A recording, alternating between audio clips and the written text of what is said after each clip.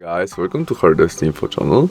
Today I have REALME GT 6T and I want to show you how to set mobile data limits on this device.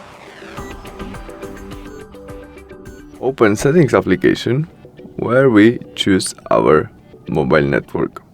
In it, data usage, and there data usage limit, and there we can set our limits. First step, choose day when we start our SIS, maybe first day of each month. There we can set daily data usage limit. We must turn on it by switch.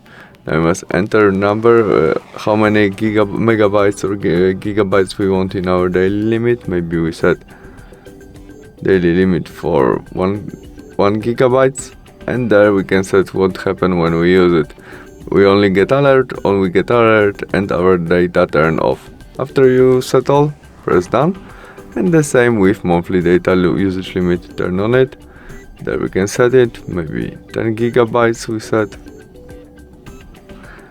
What happened, and there we can set also data warming when we get warming when we use maybe 8 gigabytes we choose, and press done to save it. That's all. Thanks for watching. Bye.